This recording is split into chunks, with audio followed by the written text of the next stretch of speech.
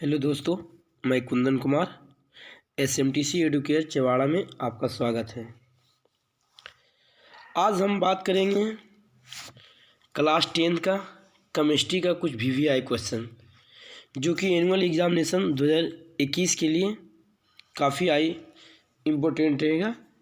चलिए सबसे पहले हम बता दें कि जो भी बच्चे इस चैनल को सब्सक्राइब नहीं किए हैं वो सब्सक्राइब करें तथा अपने दोस्तों के बीच शेयर करें, क्योंकि यहाँ जो हम देने वाले हैं आज से आपका कंटिन्यू एक भर एग्ज़ाम यानी कि 17 फरवरी 2021 तक पर डे हर एक चीज़ का VVI क्वेश्चन अपलोड करते रहूँ, ताकि मैं जो भी वीडियो डालूँ आपके मोबाइल फ़ोन पे नोटिफिकेशन में चला जाए।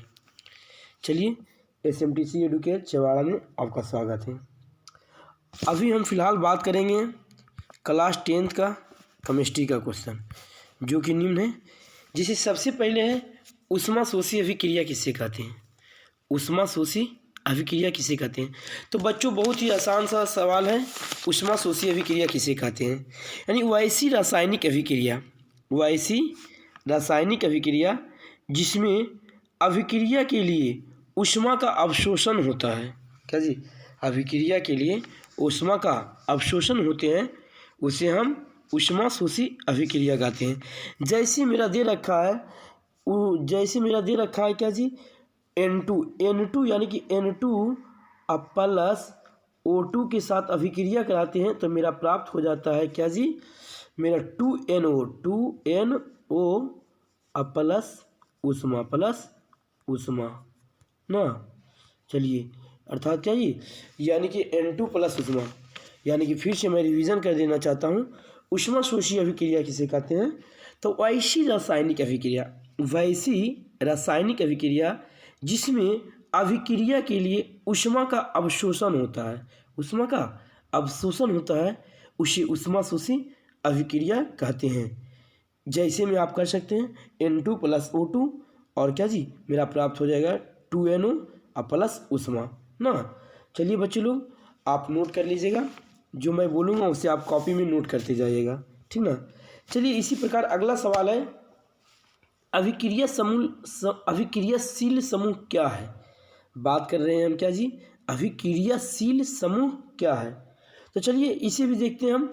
ये अर्थात बच्चे लोग ध्यान से सुनिएगा, किसी भी यौगिक या किसी भी कार्बनिक यौगिक, हम बोल सकते हैं इस तरह से भी कि किसी भी कार्बनिक यौगिक में उपस्थित वह समूह जिस पर उस यौगिक के रासायनिक गुण निर्भर करते हैं। चलिए फिर से सुनिएगा बच्चे लोग, यानी किसी भी यौगिक या किसी भी कार्बनिक यौगिक में उपस्थित वह समूह, यानी कि कार्बनिक यौगिक में उपस्थित वह समूह जिस पर उस यौगिक के रासायनिक गुण निर्भर करते हैं, उसे हम लोग क्या कहते हैं बाबू?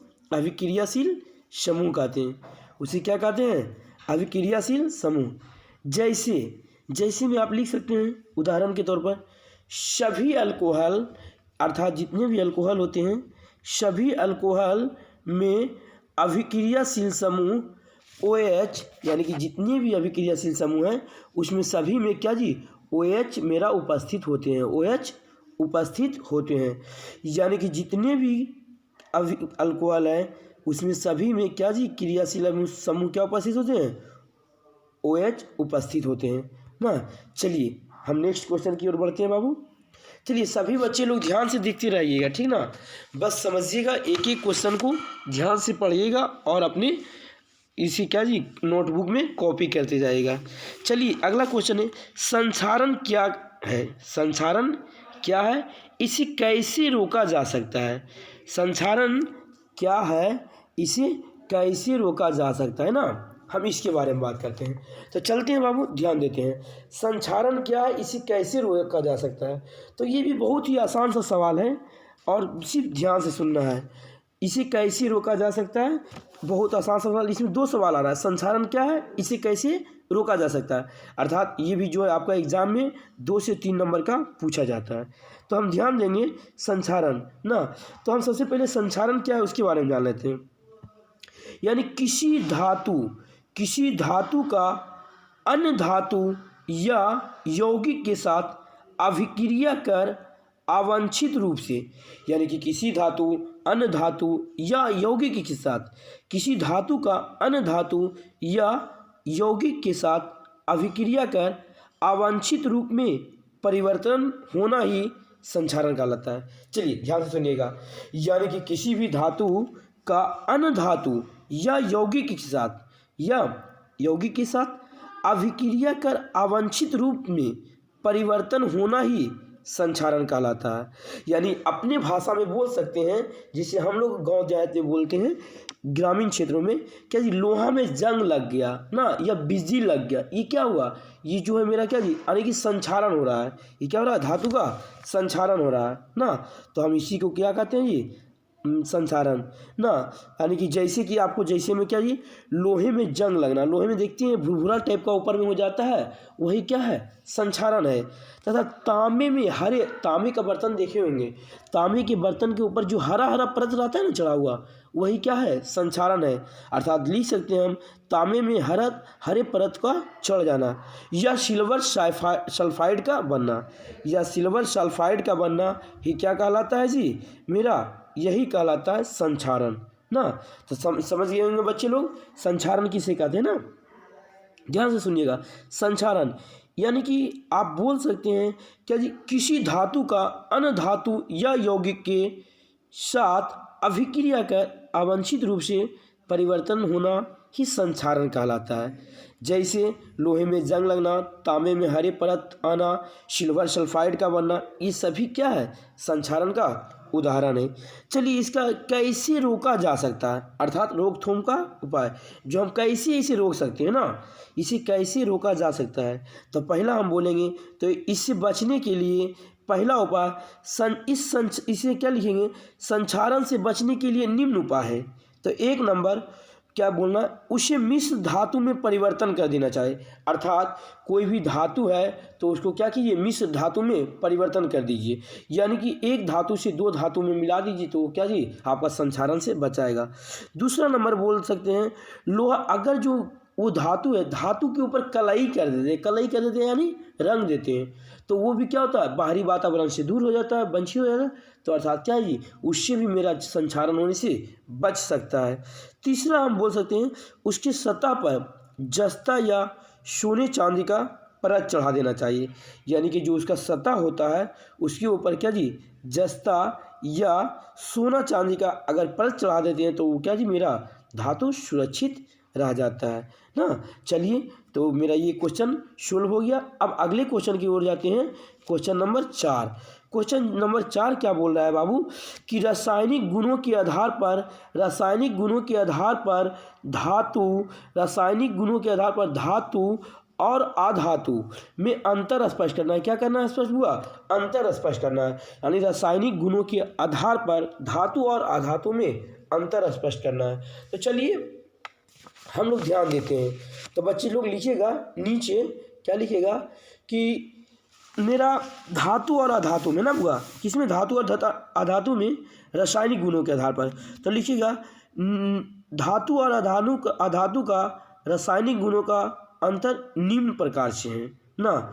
तो अगर जो आप हैं तो एक साइड कर ले सकते हैं, क्या जी, एक साइड धातु एक साइड अधातु कर सकते हैं, या फिर रोमन अंक में 1 नंबर दीजिए और लिखिएगा धातु का ऑक्साइड हमेशा क्षारीय होता है, धातु का ऑक्साइड हमेशा क्षारीय होता है, जबकि अधातु का ऑक्साइड क्या होता है, अम्लीय होता है।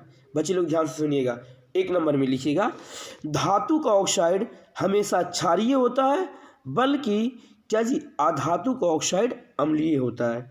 चलिए क्वेश्चन नंबर और अंतर नंबर दूसरा लिखेंगे, रोमन अंक का 2 नंबर, धातु अम्ल के साथ अभिक्रिया कर, धातु हमेशा अम्ल के साथ अभिक्रिया कर H2 गैस देता है, जबकि अधातु अम्ल के साथ अभिक्रिया कर H2 गैस नहीं देता है ना। चलिए, धातु अम्ल के साथ अभिक्रिया कर H2 गैस देता है, H2 क्या जी H2 गैस देता है, जबकि क्या जी अधातु अम्ल के साथ अभिक्रिया कर क्या देता है, H2 गैस नहीं देता, यानी कि H2 गैस धातु देता है और अधातु नहीं देता है ना जी, यानी कि धातु देता है और अधातु नहीं देता है ना। चलिए ध्यान दीजिएगा, रोमन का 3 नंबर, धातु Cl2 के साथ यानी कि Cl2 के साथ अभिक्रिया कर वैद्युत सहसंयोजक बनाते हैं, जबकि अधातु Cl2 के साथ क्या अभिक्रिया करके सहसंयोजक बनाते हैं। चलिए ध्यान दीजिएगा,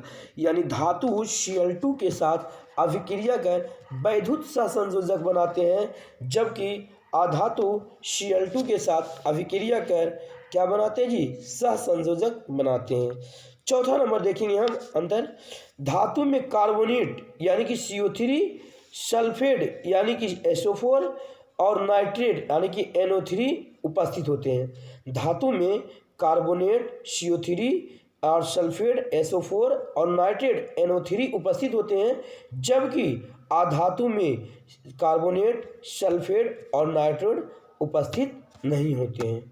जबकि अधातु में कार्बोनेट, सल्फेट और नाइट्रेट उपस्थित नहीं होते हैं। चलिए क्वेश्चन नंबर अगला देखेंगे बाबू। अगला और लास्ट बोले साबुन और अपमार्जक में अंतर स्पष्ट करें। हमारे समझ से लग रहा है कि साबुन और अपमार्जक, साबुन तो आप जानते होंगे, अपमार्जक सरफ को शायद बोला जाता है ना। चलिए हम ध्यान देंगे साबुन और अपमार्जक में अंतर क्या है। तो लिखिएगा नीचे, साबुन और अपमार्जक में निम्न अंतर है ना। कितने अंतर है? निम्न अंतर है। तो लिखिएगा पहला नंबर, 1 नंबर रोमन अंक देखिए क्या जी, साबुन में कार्बोक्सिल अम्ल लंबी श्रृंखला में होती है। साबुन में कार्बोक्सिल अम्ल लंबी श्रृंखला में होती है, जबकि अपमार्जक में बेंजीन सल्फ्यूरिक अम्ल सोडियम का लवण होते हैं ना। यानी कि जबकि अपमार्जक में बेंजीन सल्फ्यूरिक अम्ल का सोडियम लवण होते हैं। चलिए दूसरा नंबर देखेंगे हम लोग, साबुन द्वारा कठोर जल में भी कपड़ा साफ नहीं होता है। यानी कि साबुन द्वारा आप चाहिएगा कठोर जल में कि मेरा कपड़ा साफ हो जाए तो नहीं हो पाता है, लेकिन अपमार्जक में कठोर जल में कपड़ा भी साफ हो जाता है। यानी अपमार्जक तरफ लिया, कठोर जल में भी कपड़ा साफ हो जाता है।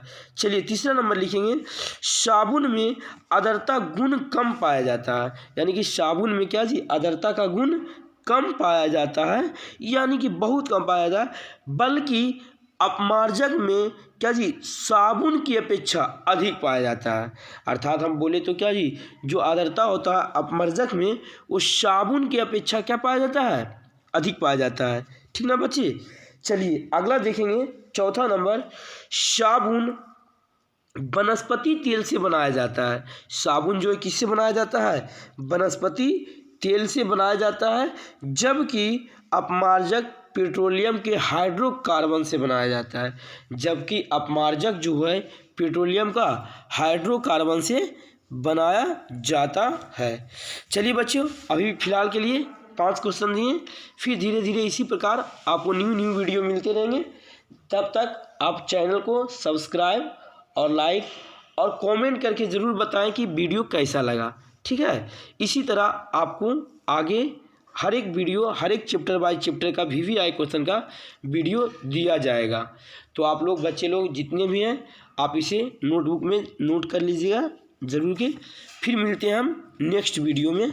फ़िलहाल के लिए bye bye, good night, okay, thanks.